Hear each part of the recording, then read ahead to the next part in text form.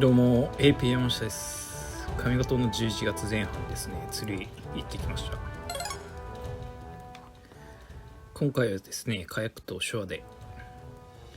ほぼカヤックフィッシングメインですねでやってます。釣り方はショアジギングですね。時折ですねボイルしている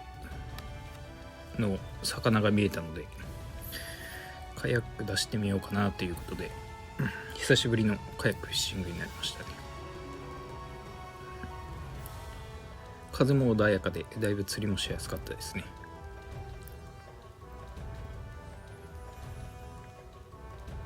タックルは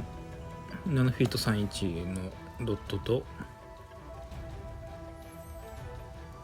リールは2500本、 P は 0.85、 リーダーは20ポンドのフロロカーボンを結んでます。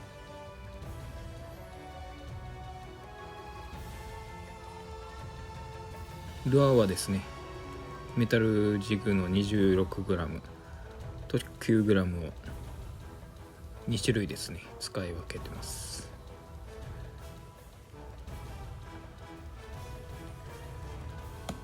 堤防からですね見えてたポイントでボイルしているポイントに行ってみたんですけども、すぐには反応してこないという形でしたね。おそらくベイトフィッシュも少ないし活性もまだまだ上がりきってないような状態でした。それでも時折ボイルしているのが見えるんですけども、ルアーには食ってこないような形でしたね。おそらく見切られているような形でしたね。ある程度プレッシャーですね、ボートとかはプレッシャーもかかったりとかもしてますので、それの影響も十分あり得るかなというふうに思います。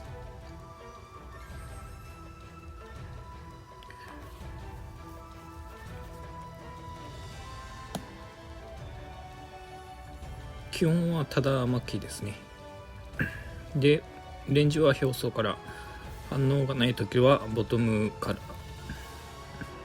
引っ張ってくるような形をとってたんですけども、それで1回バイトがあったような形ですね。でもフッキングには至らなかった形になります。そしてユーマ詰めですね。少し沖の方ですね移動してみるとかなりいいボイルが発生してたんですぐに準備してキャストしてます。ただですねこの時のフックセッティングはですねリアにシングルフックを1個スプリットリングでつけているような形なんですけども、かなり割れてます。フックのですね針先もポイントが甘かったなというのもあるとは思うんですけども、やはりですねこの魚に対してはかなりバラシが多いような印象でしたね。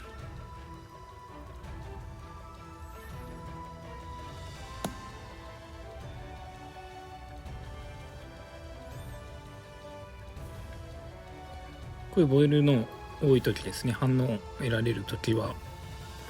ロッドですねスイッチを入れてジグのですねきらめきで釣っていくような形をとってます。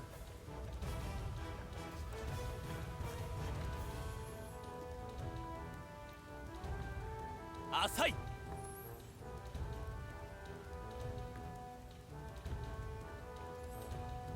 結構ですねショートバイトも多くてかなり下から突き上げてきてるような形になるんですけども、それもうまくフッキングできてない形ですね。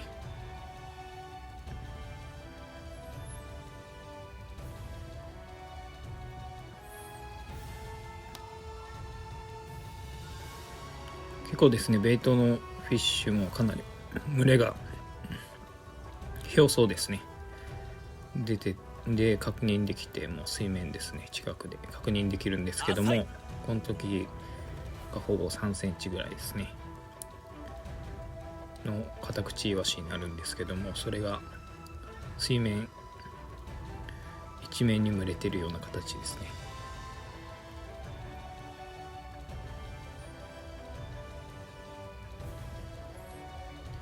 このバイト数でキャッチできてない、もう4回目ぐらいか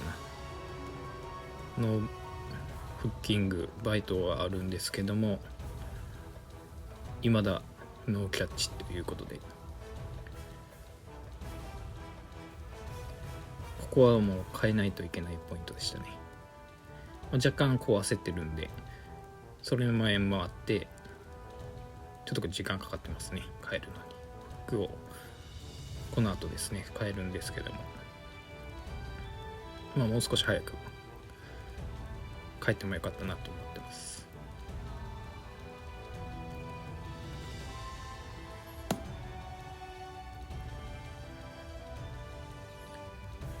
その後ですね、メタルジグをちょっと大きくしてみようということで、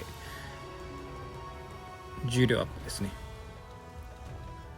とサイズアップはかかってます。これでちょっと反応を見たいなということで、フリーノットで結んで狙ってみてます。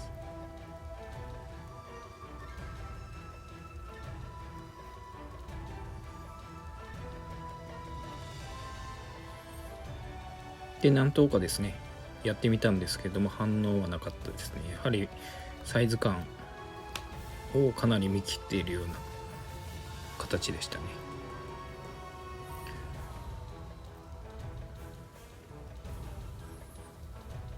ベイトサイズがかなり小さいので、それのサイズに合わせて5センチでは大きいということですね。また細身のメタルジグなどでも良かったかもしれません。一番ですね反応が良かったパターンに変えていくんですけども、ライドオン来ましたね。メタルトス 9g に4番のトレブルフックをリアにセットしたパターンですね。これが一番反応も良くて、バイト数に対してフッキングもキャッチ率も上がってます。で今バレてるんですけどね、そう言いつつもロットの相性とかももしかしたらあるかもしれませんね。ある程度ちょっと硬めのロットになってますので、それでバイトを弾いてる可能性も十分ありますね、扱い方としても。ドラグセッティングはかなり緩めにしてますので、ある程度ですねねずれとかそういう干渉するようなものは特にないので、ある程度じっくりやり取りできるようにドラグセッティングは緩めにしてます。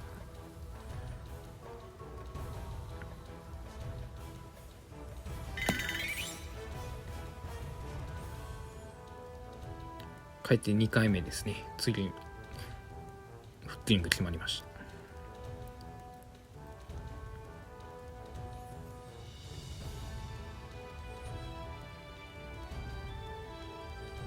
一番やっぱりゆっくりテンションを緩めず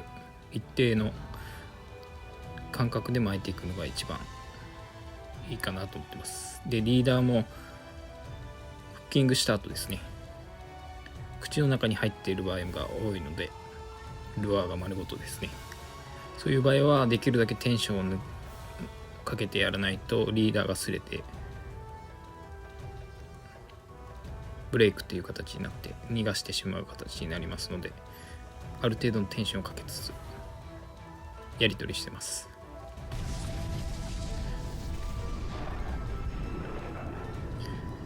だいたいサイズ50センチ前後ですねのサゴシになります。今回のメインターゲットですね。昔から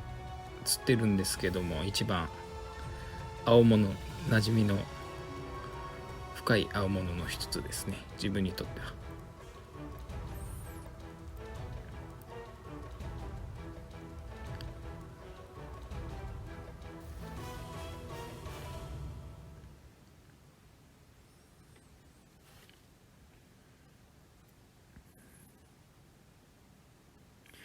やっぱりこういう9グラムとかですね、軽いメタルジグでは昭和からですね、どうしてもボイルが離れているポイントであればかなり難しいので、カヤックのメリットは大きくありますね。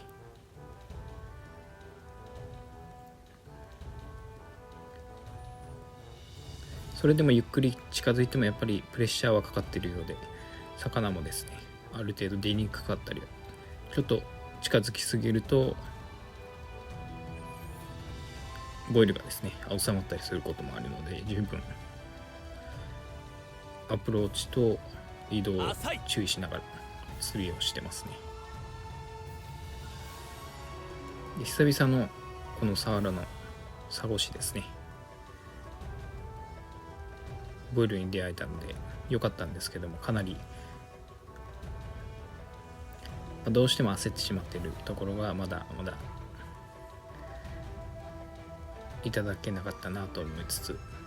ですね、今見てます。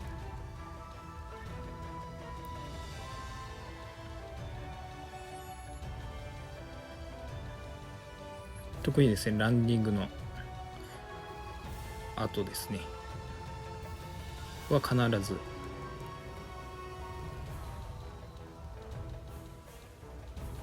プライヤーでですね針を外すような形を取ったの方がかなり無難ですね。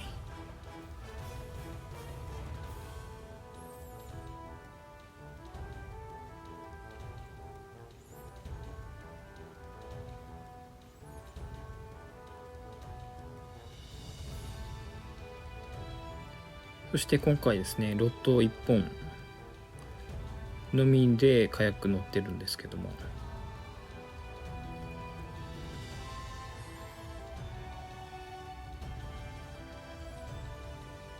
やはりベイトフィッシュを食べてるっていうことでかなり引きを強く感じましたね。意外にも久しぶりに何匹か釣ってみてかなり楽しめてますね。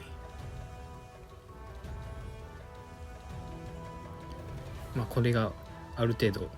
ここの秋のポテンシャルも来たかなっていう形で楽しんでますね。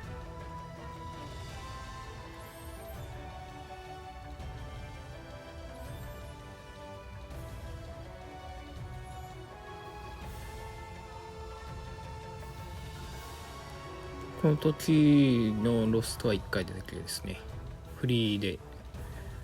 少しちょっと落とし込みすぎた時ですね。キャストしてからちょっとカヤック移動させてたらルアーがなくなってたっていう形で、フォールでバイトしてきた時にそのまま切られたっていうのが1回あっただけですね。そしてこの7フィートですねロッドなんですけども、約数年の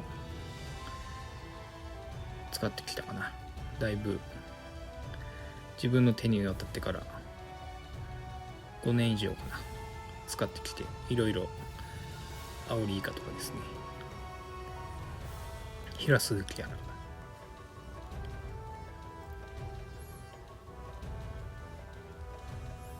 使ってきたんですけども、このランディング後ですねスリングにそのままルアーをですねつけたままかけて、そのままスリングから外れて魚が今暴れて、ベールは起こしてたベールは起こしてラインは出てたんですけどもですね、慌てて止めに入ってしまって、とうとうですね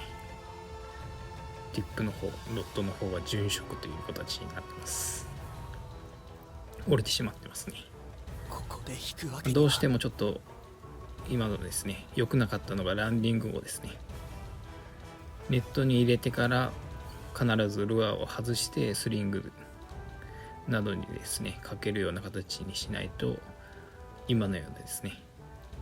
スリングから外れて出てってしまいますね。でもですね、まだ全然そのロッドティップ側がですね折れてしまっただけなので、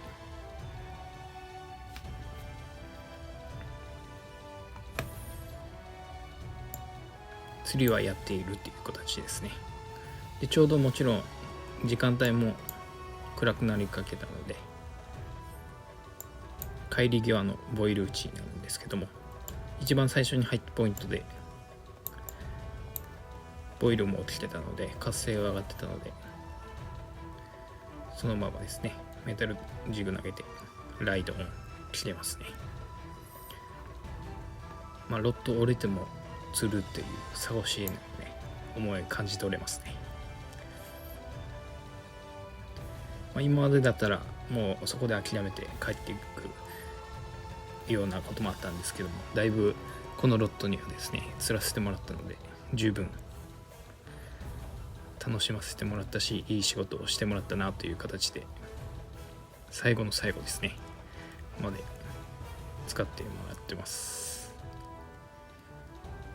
で無事キャッチできましたね。でこの後にそのままスリングに今さっきはですねかけて折れてしまったので、一旦ボガですねで取ってペンチで外してから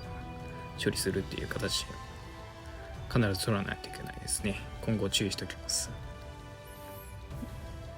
でこれが今回ベイトフィッシュですね。おそらくカタクチ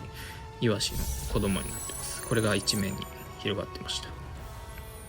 でとりあえずキープは4匹になってますね。もう少し全然取れてたかなと思います。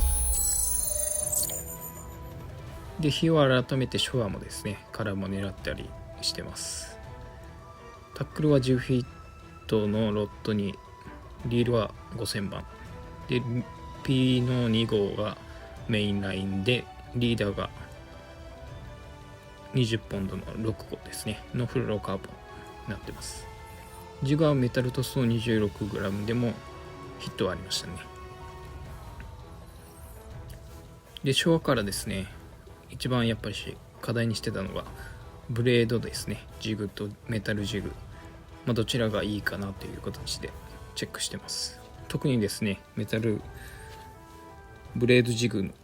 にするブレードですねの LB ブレード3号はテストしたかったので、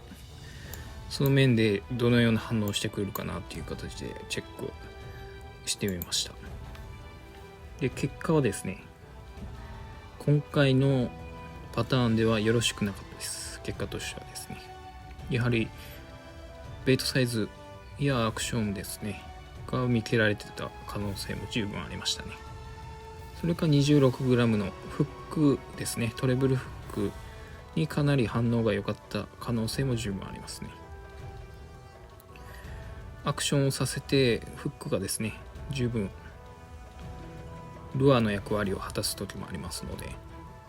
それの影響で釣れて反応が良かったりすることもありました。逆にですね LB ブレード3号をつけるとルアー自体の動きは抑えられる形になるので、やはりですねそれのアクションが好まなかったりとかですね、ブレードの回転もですね効くんじゃないかなとは思ってたんですけども、ブレードを外した途端反応が良くなったっていうことがありましたので、今回のパターンにはちょっとよろしくないっていう形の結果になりました。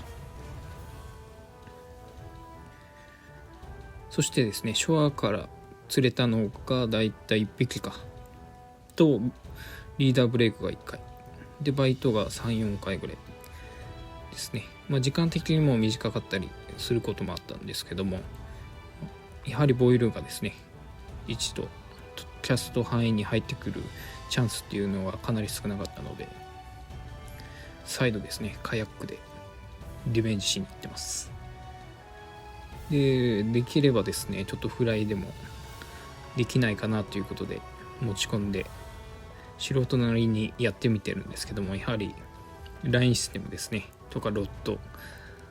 も全然違うので、飛距離が全く出ないということでしたね。でそれによってボイルもですね、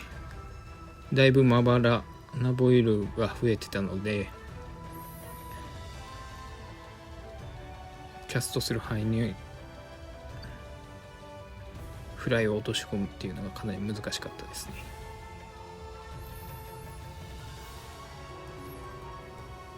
もちろん専用タックルではないのもありますし、技術的にもですね、自分もとりあえずちょっとやってみようということで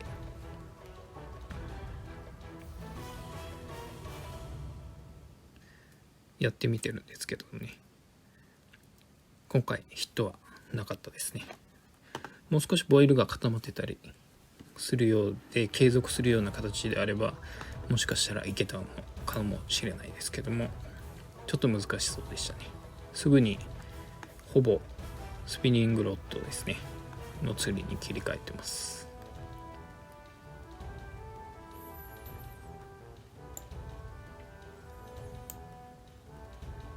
ちょっとエントリーする前にボイルも出てるかどうかですね、チェックしてから入水してるんですけども、継続してヒットはありましたね。やはりベイトフィッシュの数は全然違うので、少しのやっぱりポイントですねの違いでベイトフィッシュが固まっているのかそうでないのかっていうのは大きかったみたいですね。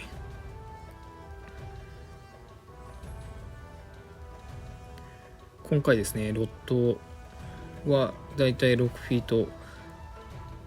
から7フィートぐらいのロッドになってるんですけども、約あまり出番がですねなかったので使ってなかったんですけども、今回引っ張り出しましたね。今回のサゴシーノですね、前回使ったロッドとよりもだいぶ柔らかいロッドになってますので、短く柔らかいロッドになってますんで、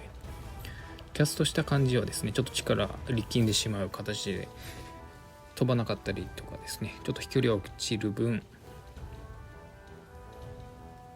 バイトしてからのですね竿の柔らかさによってだいぶ仕事をしてくれるようなロッドなので十分楽しめましたね。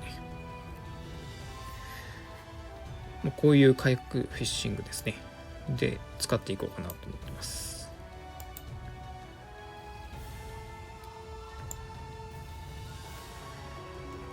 で今回ですね、メタルトス 9g 以外にも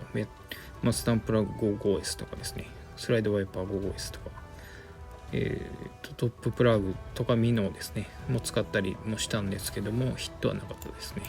やはりメタルトス 9g ですね、3センチ台のシルエットかつ細身のメタルジグが効果あるか一番ありましたね。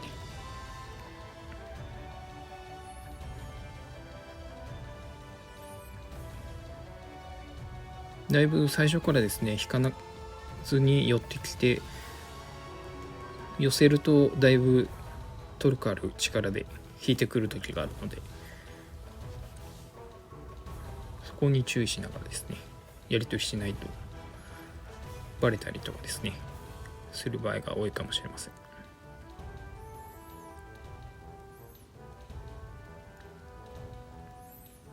無事ですね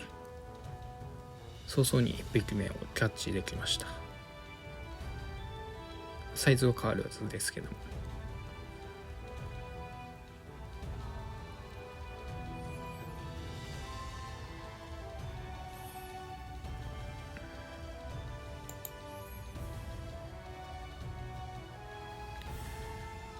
この前ですね、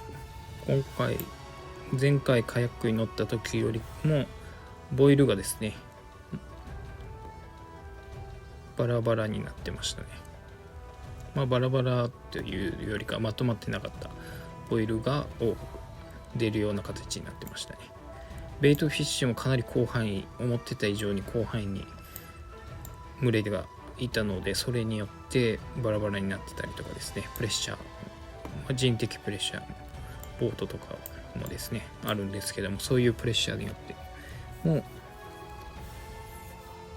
サゴシの群れがだいぶ散ってしまっているような形であったかもしれませんね。それもですね、ボイルの群れが小さくなっているということですね。ある程度の着水のポイントですねによって反応が変わってきてたんで、かなりキャストするポイント、ルアーが着水するポイントですね、これ結構重要だったりしました。ボイルの時間もかなり短いので、ある程度のポイントと潮の流れですね、潮目とかですね、そういうのを気にしながら釣りをする形になりましたね。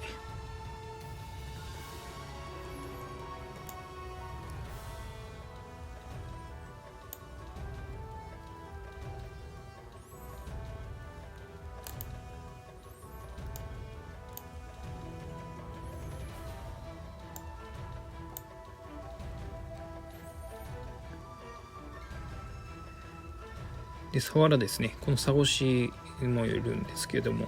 だいぶ細身の魚になるんで、ベイトフィッシュもかなりですね細いものを食べたりとかもしている可能性もありますので、メタルジグもですね細身のものであったり、ミノであっても細身のタイプのスリム系のミノとかですね、そういうのとかが効果が良かったのかもしれませんね。フックはやっぱりリアにトレブルフックをセットしてます。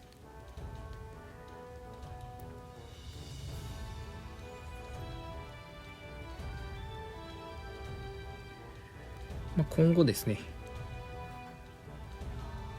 ある程度の数もう今回はいますので、まだまだ釣れる可能性はあるのかなと思ってますけども、昭和からですね釣るっていうことになればかなりタイミングは重要かなと思ってます。なおかつですね、ベイトフィッシュもいますので、ちょっと小さいような形になりますので、できるだけシルエットの小さい細いタイプのメタルジグであったり、そういうので出迎えてやった方がヒット率は上がるかもしれないですね。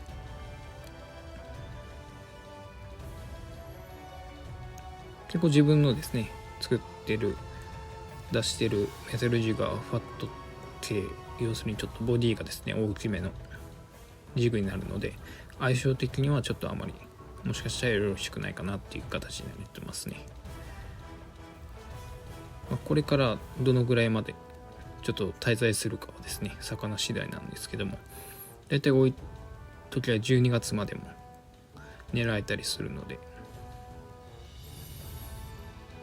12月ぐらいになればまたサイズも大きくなってたり、ベイトフィッシュもサイズが大きくなればまた反応は変わってくるかもしれないですね。そういうのを見込みつつ、他のポイントもですね入ってきている可能性もありますんで、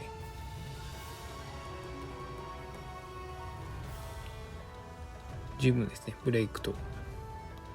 ランディング後のですね取り扱いに注意しつつ釣りをしてみたらいいかなと思ってます。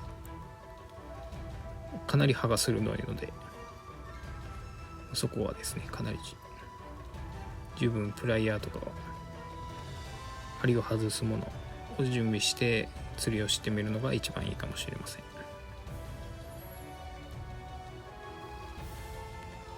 フラッシングでですね釣っていくような時は結構こういうシェイクして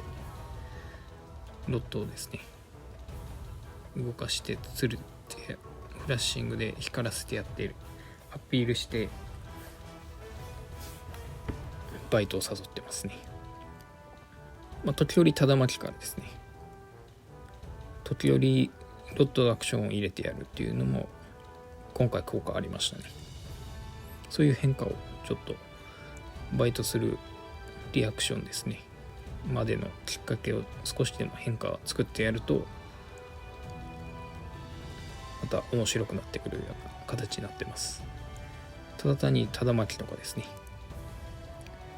で釣れたりすることももちろんあるんですけども、それ以外にももっと楽しむポイントとしてはそういうロットアクションとかリーディングのですねリールの巻くアクションの変化でバイトを引き出してやるっていうのも面白くなってます。今回ですねとうとう久しぶりにロットも折れてしまったんですけども、これもいい教訓として今後ですねまだまだ楽しめると思いますの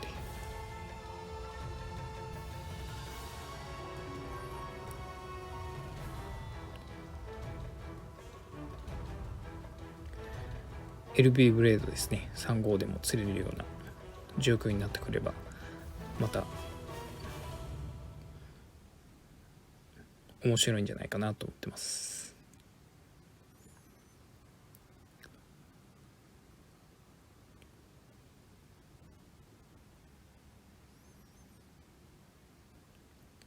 サイズアップもですねぜひ狙ってみたいなというのもありますし、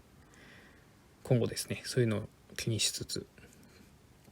チェックしていこうと思ってます。以上ですね、今回11月前半の釣りですねカヤックメインでしたけども、ご視聴ですねありがとうございました。